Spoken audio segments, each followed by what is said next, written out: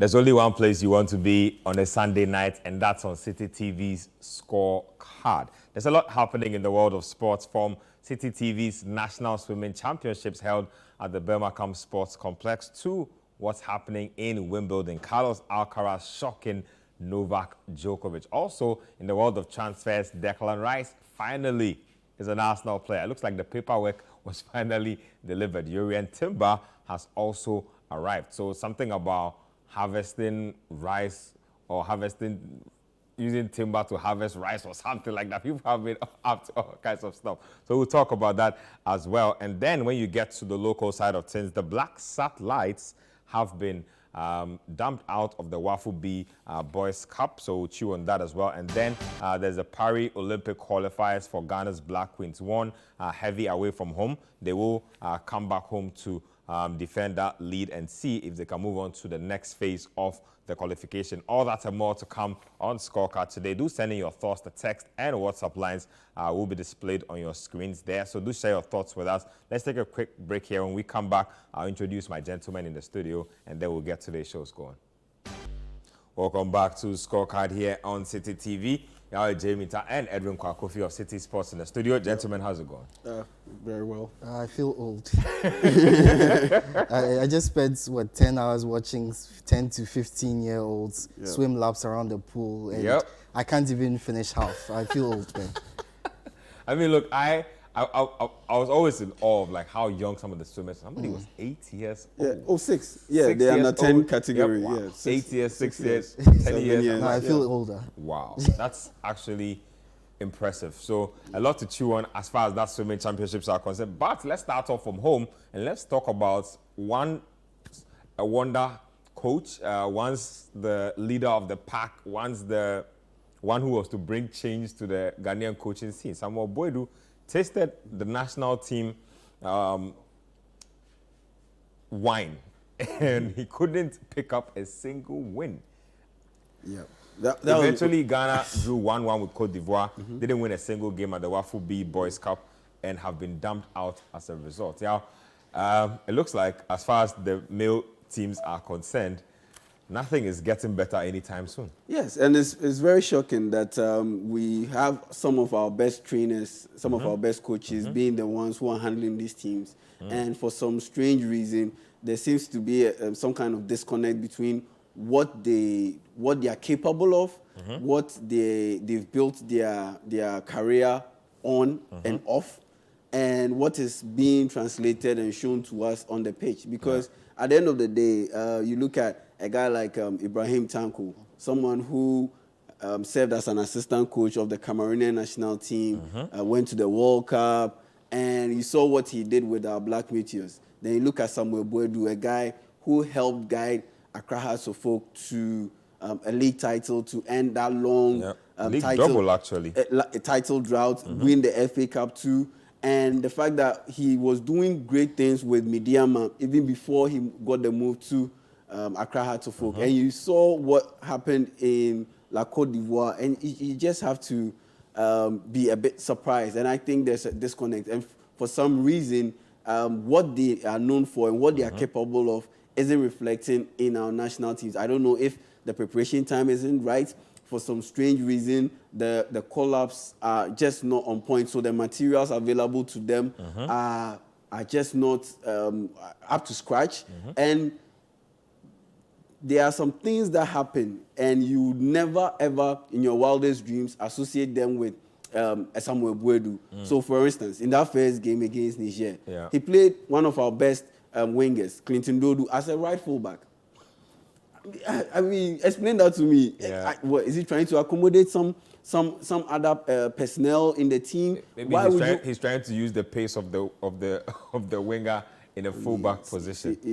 Surprise the opponent. Yes, these are some of the decisions that catch me off guard, and honestly, it's a bit difficult to explain. And so that's why I honestly believe there's a disconnect between what they are capable of and what they are known for, and what they are bringing on the table in terms of real-time performance from our various national teams. And they are, yes, you can read several meanings into it, but at the end of the day, it's still not an established fact why there is that disconnect. And for me, that's the puzzling bit.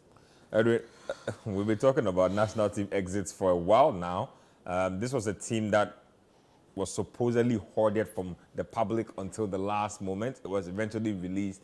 They went out there. The football was not impressive. The coaching, game management was average at best. And we are back discussing the same things again. Look, I'll keep this brief because we've been harping, as you said, on national teams for quite a long while now. Nothing seems to be changing. But coaching is a big problem when it comes to our national teams. But I don't think it's the biggest problem. It's the fundamentals. You put Pep Guardiola or Jose Mourinho in charge of this Black Satellites team. It's not going to stop a player or a defender from hoofing it long to a striker who is short or who can't handle two defenders alone. It's not going to stop a defender from trying to play out of defense in the 92nd, 3rd minutes when he can hoof it long and clear the ball. You concede from that. How does a coach deal with that? You don't, because the players' fundamentals right from the beginning is wrong. All they know is keep the ball, kick it long. Keep the ball, kick it long. If there's a skillful player, try and beat as many players as you can and see if you can get into a good position to score. It's not going to work. When we saw the first game against Niger, I had hope that things were changing because I saw a few positive things. Very good passing, some good work on set pieces. It was just the defense aspect that scared me a little bit. And I said here that if we improved on that defensive bit, there's a good chance we'd beat both Burkina Faso and Cote d'Ivoire. Our defense actually got worse in those two games. Our fullbacks were really bad. Defensively, we didn't seem to get anything going. Against Burkina Faso in particular, we failed to match them in terms of possession. They played us off the pitch, especially in that first half. We tried to get things going. Nothing seemed to work for us. And, of course, the same defensive mistakes. Players did not know when to clear the ball. They did not know when to pass out of defense. And the Burkinabes zoned in on that. When you have properly coached teams, they zone into your problems and keep attacking it until they find a way through. That's what they did to us, and we didn't respond quickly enough. And I don't think even the best coaches can do that without players who are coached right from the young levels, right from when they are boys, from 10-year-olds. That this is the basic. You need to do this when you're under pressure. You need to do this when you have a chance to play out of defense. And we need to improve that if we are going to go anywhere with this national They've team. launched the national DNA. So the football DNA, football philosophy. The football DNA has finally been born. Lepert says that it's time to eschew all negativity and jump on board. He says he has interviewed the rank and file of the sports of football fraternity in Ghana. And so it's a holistic piece. We'll get our hands on it and see if it really is a congregation of the Samade's multi-system and agro, like we say. I think that agro is such an ambiguous, up-in-the-air philosophy and concept of football. I think that's a conversation for another day. But I'm talking about a national team that's actually doing well. The Black Queens were up against Guinea. They traveled outside the country, got a 3-0 win against their opponents. They are back to play their opponents in the second leg on Tuesday. That game is at 4 p.m., I believe, at the Accra Sports Stadium. We'll do well to be there. Nora Hoptel doing some good work. Let me start with you, Edwin. It looks like she's coaching a pretty good team. Yeah, absolutely. And the first thing she did when she was asked about the team was she took pressure off the team. She knows that everyone has big hopes, high hopes for especially after the Meteor. Especially after every single Ghanaian team, it seems to be struggling. Everyone has their eyes focused on the Black Queens to secure something right. And she immediately took pressure off the team, saying that her players are not under pressure. They will just play what they know. And I think it's worked. The main thing for Nora Hoptel is that she's picked a number of players who have grown together. They either play in the same teams or they used to play in the same teams. We saw a number of Sekendi, Hazakes ladies players in the Ampem Dakwan ladies. These girls have played together right from the under-17s, under-20s. In the club football, they used to play together, even though some have moved across Europe and all that. They know each other. So these are quality players who've done this at the high level. We saw what Hazakes did in the Champions League when they went there. They were really good there. Ampem Dako have not had quite as much success in Africa, but they've been consistently one or two best female teams in the country. So they have quality players. We have some of the best players across Africa. What we've lacked is a hard hand to guide them to this success. Evelyn Bredua, Ejir, Stella Nyameche, these are players who've played together consistently. They've been quality. Now they finally have a coach who is able to bring the best out of them. I know there are tougher tests going to come. Guinea is not the toughest team we are going to face at this level. But once they get used to the winning feeling again, it's been a while since they won consistently. Once they start winning, they win this round they have 3 more rounds to go. Convincingly as well, and that's key. Win another round convincingly, get to the tougher teams. I'm sure they'll build enough confidence to get to the next round, and hopefully we might have a team playing at the Olympics. Do you see this team possibly growing strong enough to crack the tough tests that will come in, let's say, the 3rd and 4th rounds? Because then a lot of the quote-unquote weaker teams would have fallen by the roadside, and it would be the creme of African football women's teams that will make it to that spot. At this point in time, because of the time frame, the limited time frame, the various schedule or the various timelines of the players, especially those based abroad, I don't think we'll be able to get enough quality, build enough quality to be able to take on those teams in the final round of qualifiers. Because I'm pretty sure we are done with Guinea. I mean, we've beaten them 3-0 away from home. I'm pretty sure we add on the goals in the return leg here in Accra. In the second round, I'm definitely confident that we will be able to get past that round. But it's the final hurdle, the final round, because at this point in time, we are likely to face teams that have already qualified and will compete in this year's Women's World Cup. That comes off later this month. In the second round, we are likely to face teams like, or countries like Benin. Benin, we've played them in a friendly, we've beaten them. And so, I don't see much challenge coming from that end. But it's the final round where you're likely to meet Zambia, where you're likely to meet Morocco. And those are the nations that we have to compete against. And I don't think we've played enough top-tier friendly games. We've tested ourselves well enough to be able to develop that kind of organization and belief to be able to beat them. Beating the likes of Guinea and Benin, it's all well and good, but when you're playing against the elite, and at this point in time, Morocco is an elite women's football nation. When you're playing against such teams, you need a different kind of mentality to be able to match up to their quality and their level of success and be able to triumph over that. And at this point in time, I don't see it happening. So it looks like the Queens, well, I want to be optimistic for now. I think that we do have some quality local talent. With the right guidance, right preparation, who knows what can happen. But you sending your thoughts there. I'll be getting to my message box in a bit. Let's talk about the world of transfers now. Let's get to Arsenal Football Club specifically. Jurien Timber, Ajax Academy product. He has arrived in Arsenal. 40 million, good money paid for him. Let's talk about the exodus of Dutch players and even Eredivisie players to the Premier League. It's becoming very prevalent. I mean, I think it's always existed, but now there's a lot more. I mean, it looks more deliberate now because Arsenal set their eyes on Timber. They did everything possible. Liverpool, United and co have set eyes on Kudus. There was Edson Alvarez. Eventually, he didn't move. A lot of players coming in from there. Yeah, and it's not surprising. I think the rest of the world has looked onto the Eredivisie a little too late, but there's still time to rectify that. There are a lot of quality players coming from the Dutch league. Probably have some of the best scouts in the world. And we know why that is. They have a strong base.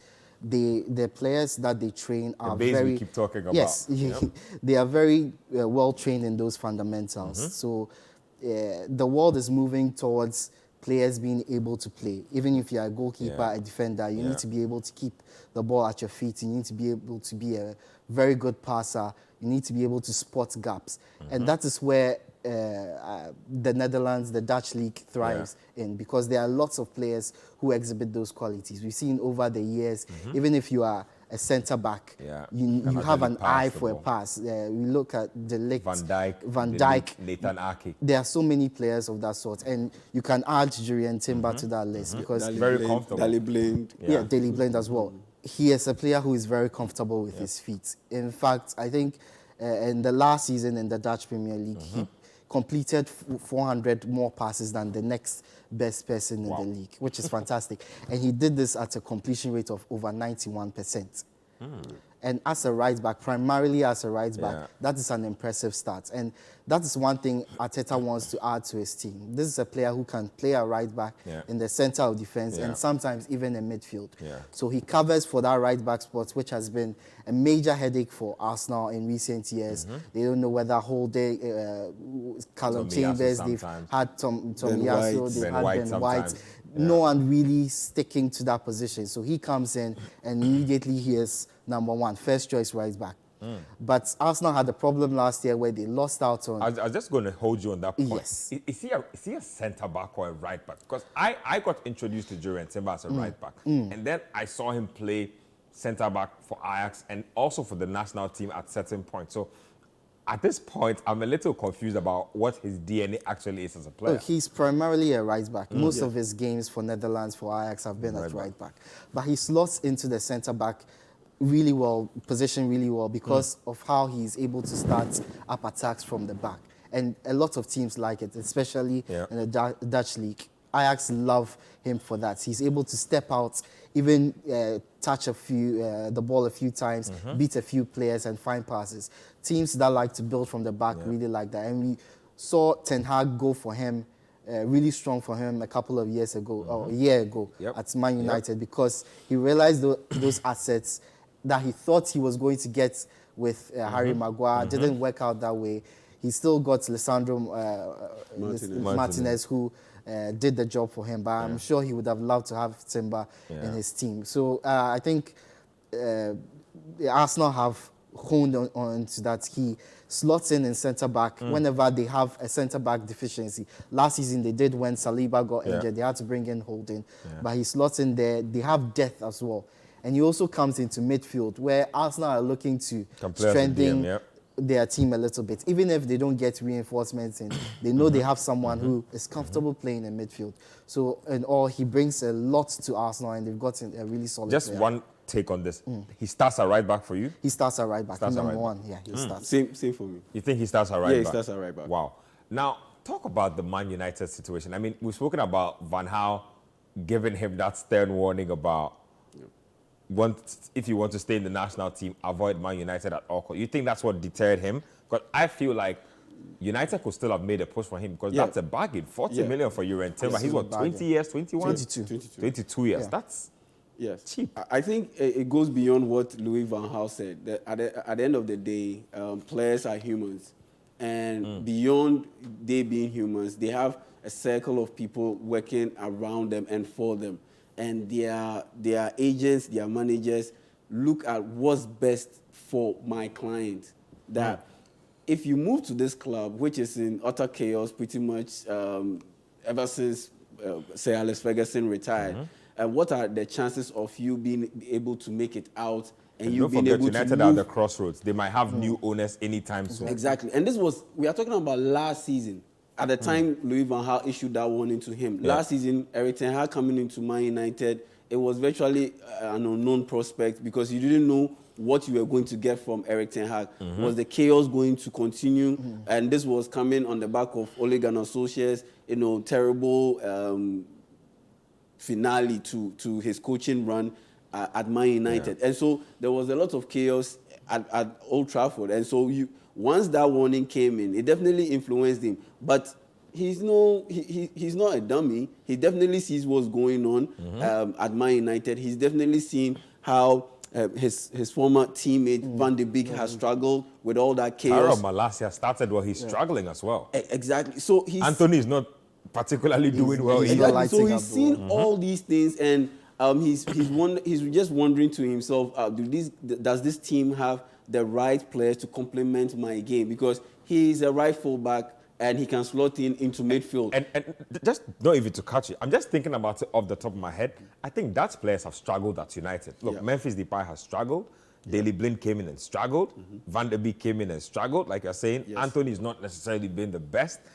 A couple of them just don't seem to be able to crack it or hold down the spot for long when they come. Yeah, because their game is so fine-tuned to a certain system and a certain group of players that when you move them out of that safe space, then it becomes a problem. We've seen even the great Lionel Messi struggle with this. Once he got moved out of a safe space of certain caliber of players at Barcelona, and he was with the Argentine national team, he more or less struggled the whole time. And so once you have such players, you need a certain group of players to complement their game. And these guys, they sit back, they watch how the transfer market goes. They watch these games. At the end of the day, a lot of players watch the most popular football league in the world. That is the English Premier League. And they see how certain players at certain teams or in certain teams affect the overall production of other players in that particular team. And they just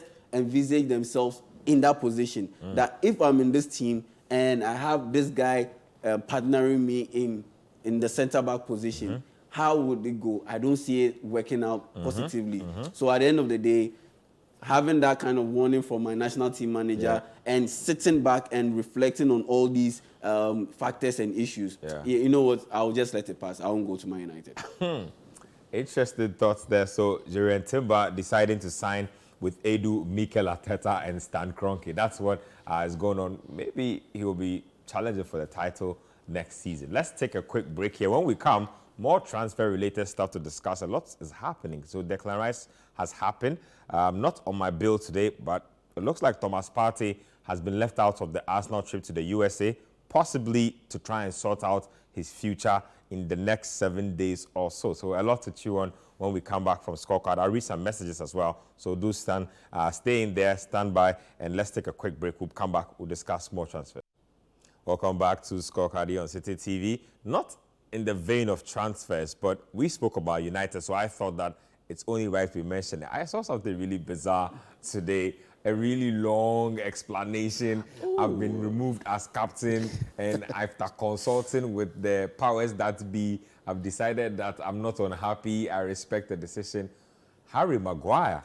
Why have they removed my capito, first of all? I mean, my captain, your captain, his captain. Everyone's captain. Everyone's captain.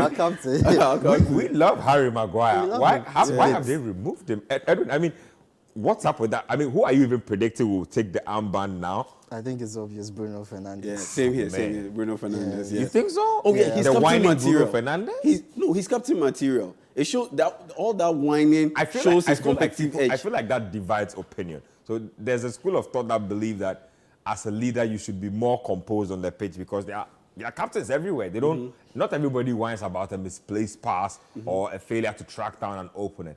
Some people feel like Fernandes is his character is too agitated, too emotional. That's what Man United needs at this point in time. Is it? That's what Man United needs at this point in time. That after the Carabao Cup, they win the title, and Casemiro and Bruno Fernandes have a go at each other because Bruno Fernandes misplaced the pass. That could have led to a counter-attack for Newcastle, and they would have been able to score a goal.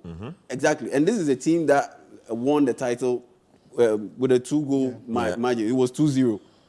That's the kind of competitiveness that Man United needs. That's the kind of competitiveness that the team needs at this point in time.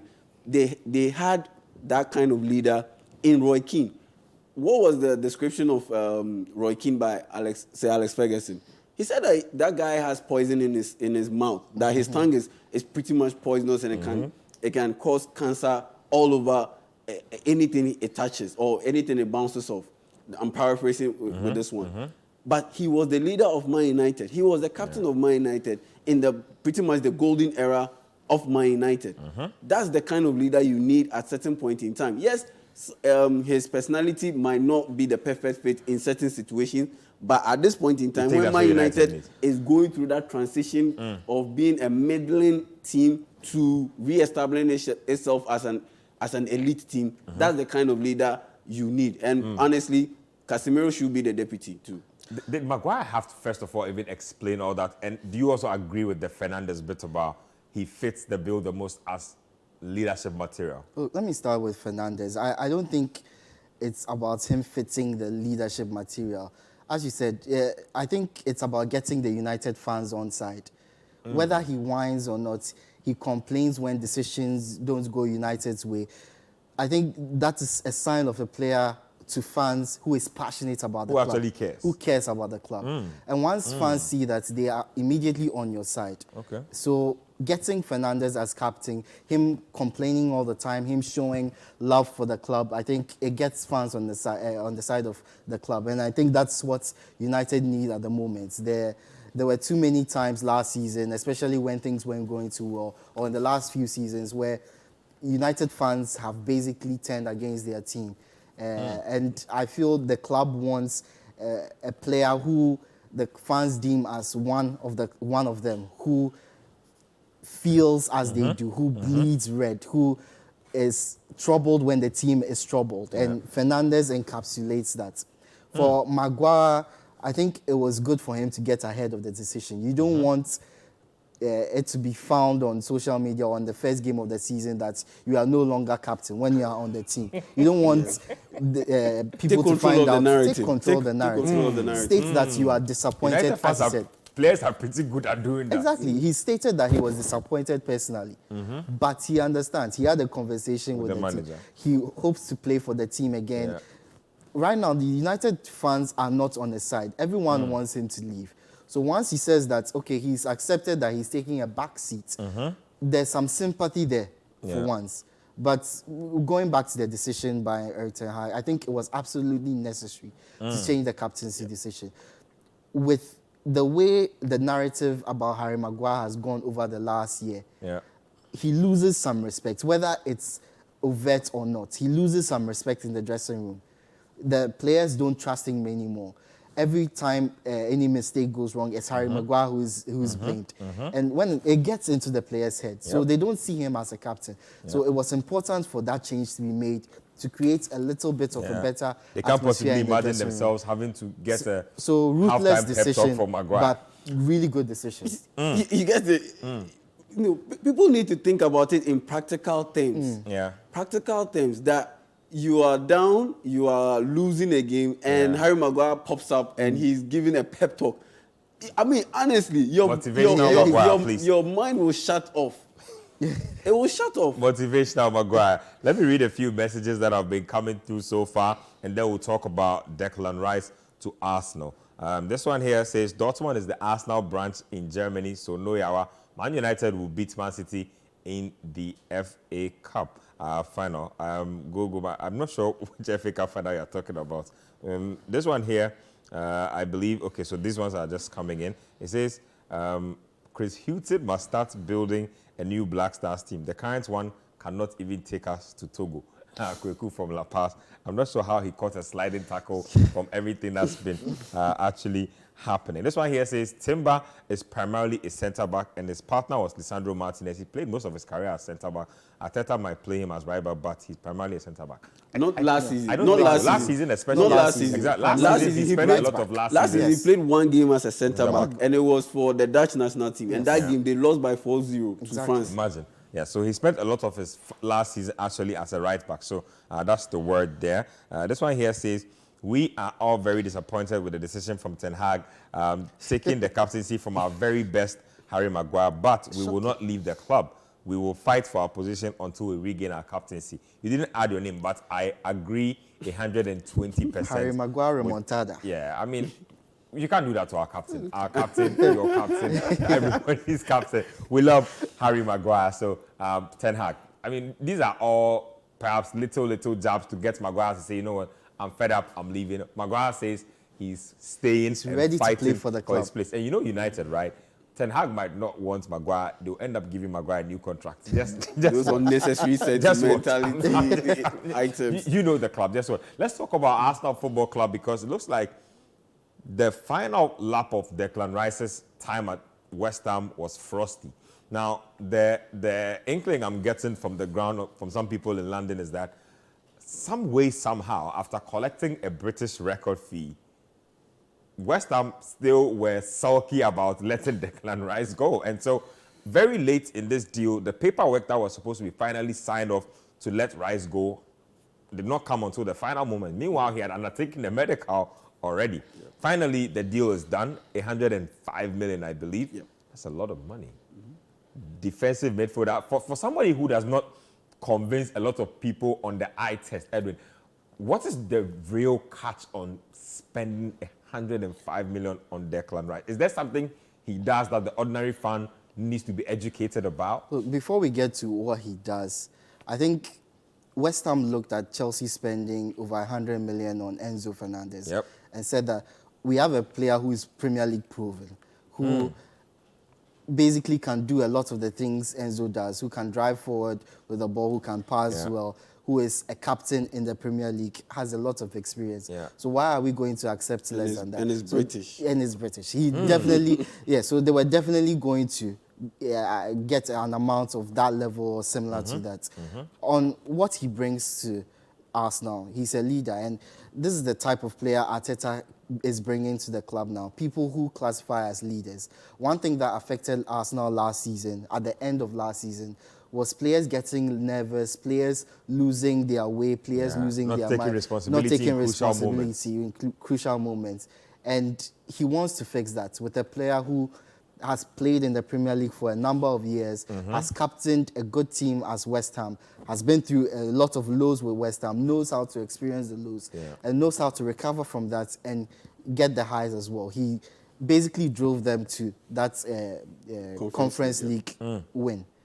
He's a player who wins tackles. He's good with his interceptions. He's good at ball recoveries.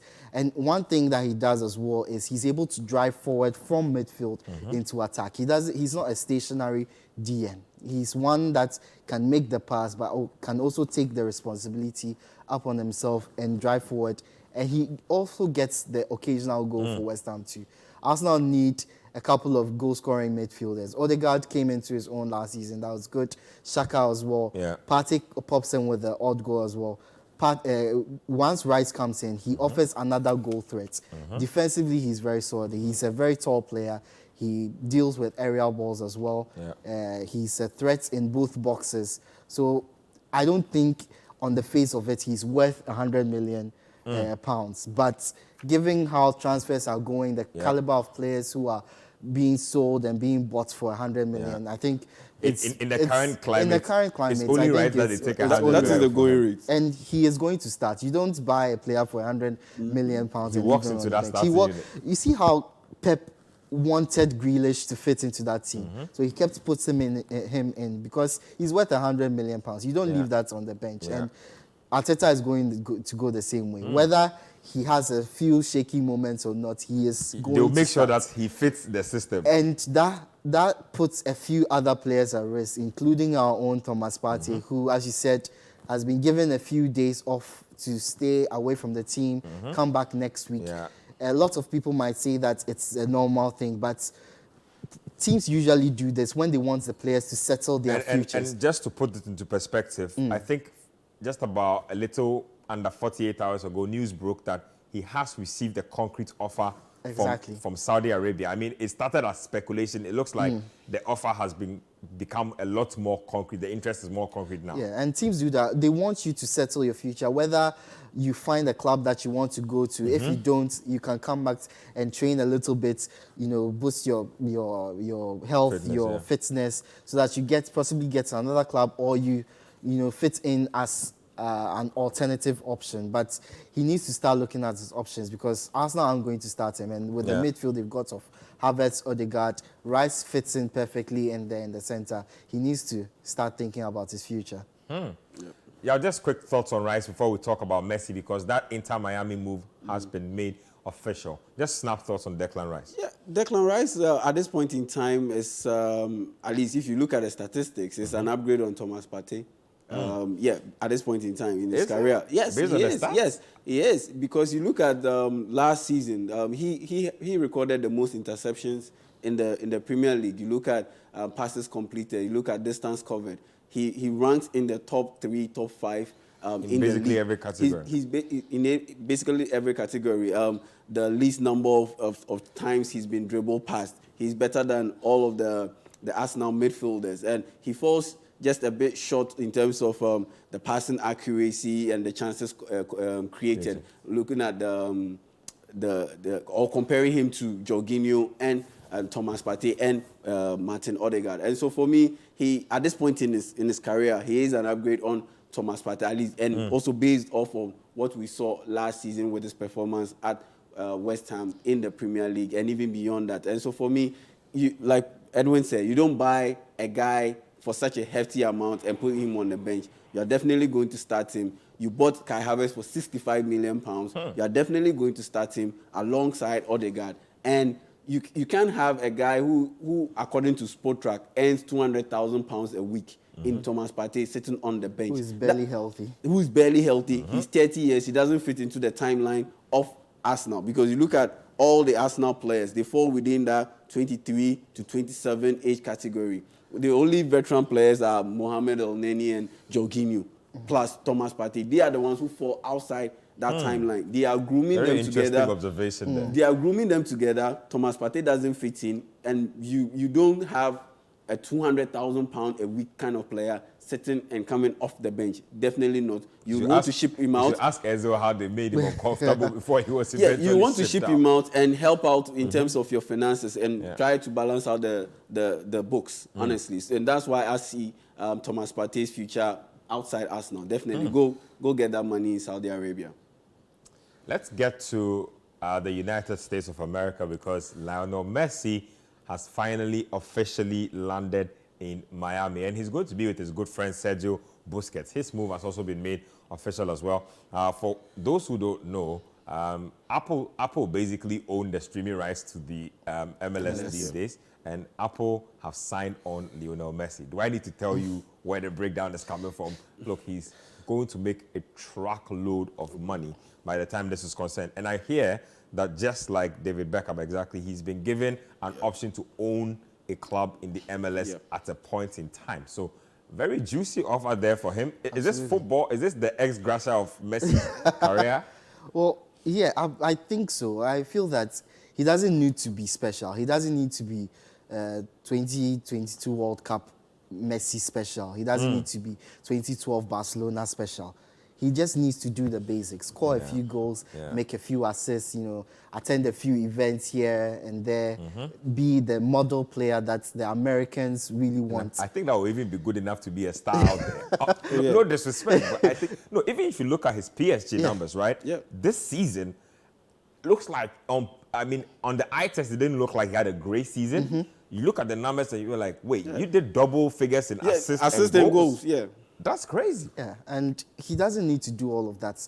Once he does the basics, once he keeps a good profile, I think everyone will deem his time there as a success. He makes a lot of money too. He builds his profile around the world. Because he will build up the profile of the MLS. Because if you think about it, Ronaldo is actually a more known player around the world than Messi is. Yes. He goes to the United States, associates himself with the big brands, Adidas, Apple. He builds a higher profile in those areas. It's a serious business move for him. It's a serious business move. And as we say on Sports Panorama, don't call me it. And it could also add to his legacy if everything goes as planned. Because at this point in time, Inter Miami, they are struggling. They're bottom on the table. They haven't won a game in 11 straight games. And so if Messi goes in there and he joins the team and it turns around their season, and maybe in the next season, he powers them to the MLS Cup. I mean, that's a befitting way to end your career, that you joined this team that was just floundering all over the place, and even in the twilight of your career, able to revive them. Still had enough quality to revive them and turn them into champions, or maybe MLS Cup finalists or strong playoff contenders. So honestly, I think it's a brilliant move, and should it pan out, well, it will play very well into his career. And on top of that, he gets a chance to learn English. In practical, I'm real not sure term. about that. Honestly, it helps out. I mean, let's face it. He gets the chance, but if you know the track record of our friends, you know that he will not be learning any English. Oh, But no, I want to be as optimistic as you will be. he'll be in America, and You can definitely. Ask Carlos Tevez. No, came because to England, came to the home of English, and didn't learn a single word of English till he left. But that's England. This is America. Well. Kylian Mbappe is French. He didn't know much about English. But after hanging out with LeBron James and these guys, Jimmy Butler, over the past 2-3 years, he speaks fluent English now, and it helps with his branding. It helps with his marketing. I just hope that for his own sake, Messi is as outgoing as you are saying. Mbappe is very outgoing. He's a young guy. He's probably listening to trap music and all of that stuff. So he's a young guy. I'm not sure. Messi seems more reclined. I want to be by myself. If I need to do some business interest, I'll come out there. I'll let my PR team handle it, and then I have I'm nothing out. to. But recently, I think I saw him at a musical concert. Was it Coldplay? Yeah. So yeah, he's making those moves. Yeah, you need to add that to your. It's to your necessary, profile. especially if you want to your blend in profile. with the American society. So Yes. it will be interesting to see how Messi's time at Miami plays. So let's take a quick break here. When we come back, we'll discuss some tennis, and then we'll talk some swimming as well. So let's get to Wimbledon now and talk some tennis. 20-year-old Carlos Alcaraz is the man of the moment. Novak Djokovic, very frustrating day for him. Over close to 4-5 hours of tennis, and the youngster Alcaraz showed a lot of mental strength to beat Djokovic. You need to have a lot of that to beat Novak Djokovic. Edwin, let me start off with you. Men's tennis had been dominated by the big three for a minute. It was almost impossible for me to think about anybody else winning a men's final aside the big three. Alcaraz at age 20 has managed to overcome the great Novak Djokovic. Is there a new wind blowing, or you think this is just a flash in the pan? Oh, I think, yeah, there's definitely a new wind blowing. Federer has had his injury issues. He's retired. Nadal, injury issues. He's possibly going to retire in the next few years. Andy Murray came in with, also had his injury issues. Djokovic is the only one who's been able to stay a little consistent, but even he is suffering a little bit. But Alcaraz gives me some worries. I don't think he will be as dominant, especially with Djokovic still playing, because at the French Open, he had a chance to establish his dominance, and then he got scared, and he started getting cramps. Yeah, and then he lost his nerve a little bit. I thought those nerves had carried over to this final because he was dominated in that first set. Fortunately for him, he managed to recover, get his his nerve back up. He won the second set after a very long tie break.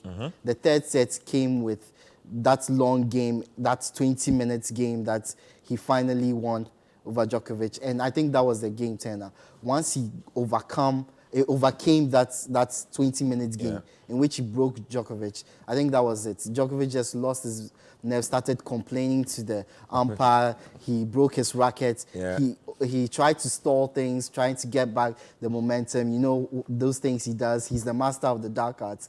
Unfortunately, Alcaraz held his nerve this time and saw it through, even after he lost the fourth set.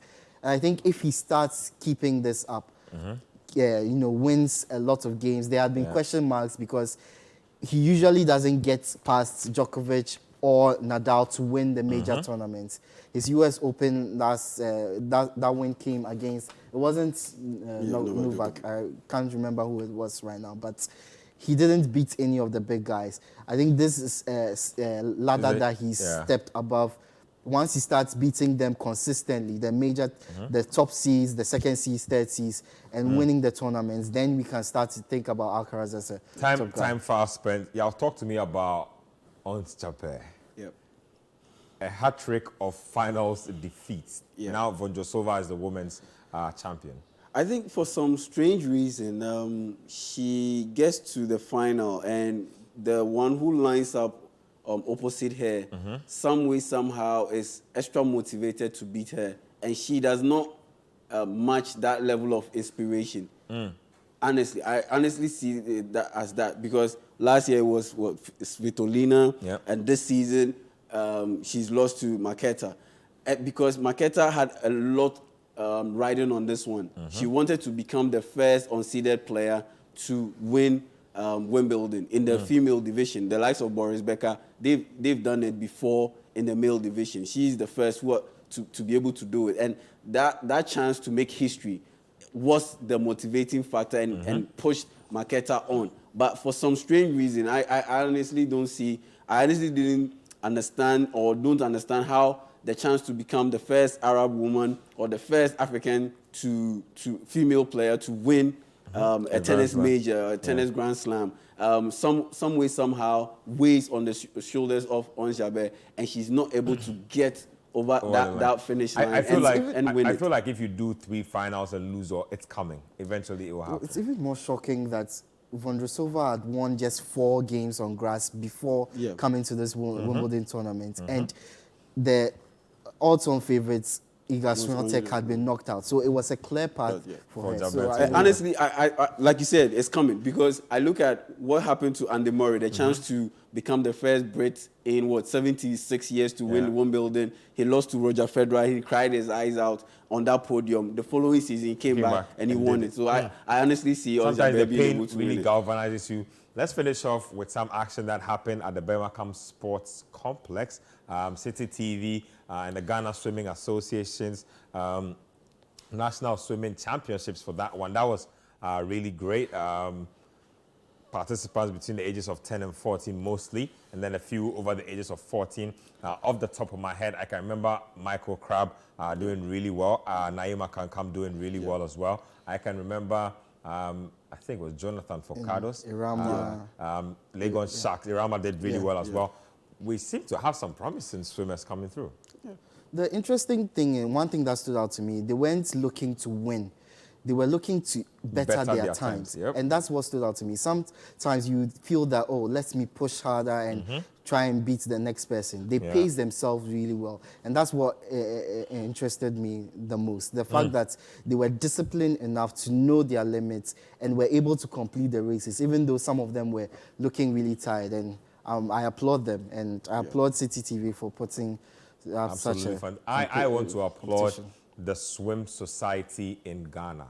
My goodness. I feel like if every federation or every fraternity in this country were as organized and were on the same page as these people are, would be doing serious numbers, would be doing serious things in this country. So big shout outs to the executives at the Ghana Swimming Association. Big shout outs to guys like Coach Jackson, Chris Asilfi, Ralph, Madame Delphine Akwe herself. I feel like you guys have absolutely outdone yourselves. To the various swim clubs, Aquatic Masters, Tema Seals, Marlins, GH Dolphins, Sharks, Tema Seals, the Monarchs. I think, I mean, you guys are doing an absolutely amazing job. From us here, I'm sure this will spur us on to want to do swimming a lot more. It was great. Big shout outs to the venue as well. People at Birmingham managing to host this, the period in which it happened. So I'm happy. I'm sure we'll do this again. Like Edwin said, lots of talented kids. I'll just final words 30 seconds before we the wrap versatility. The fact that they would be able to compete in the breaststroke in 10 minutes, they come back, they compete in the backstroke, in the butterfly, showed incredible level of stamina. And it is that show of stamina and endurance and versatility. That's the biggest positives I picked out for this one. Lovely stuff there. So you heard it yourself. A lot of positives to pick out from the swimming championships. We absolutely enjoyed ourselves out there, the competition and all that happened. It's been, I mean, amazing coming your way with Scorecard today, talking through the transfers, local football and all of that. The show will repeat tomorrow until next week. We'll be right back here on Scorecard.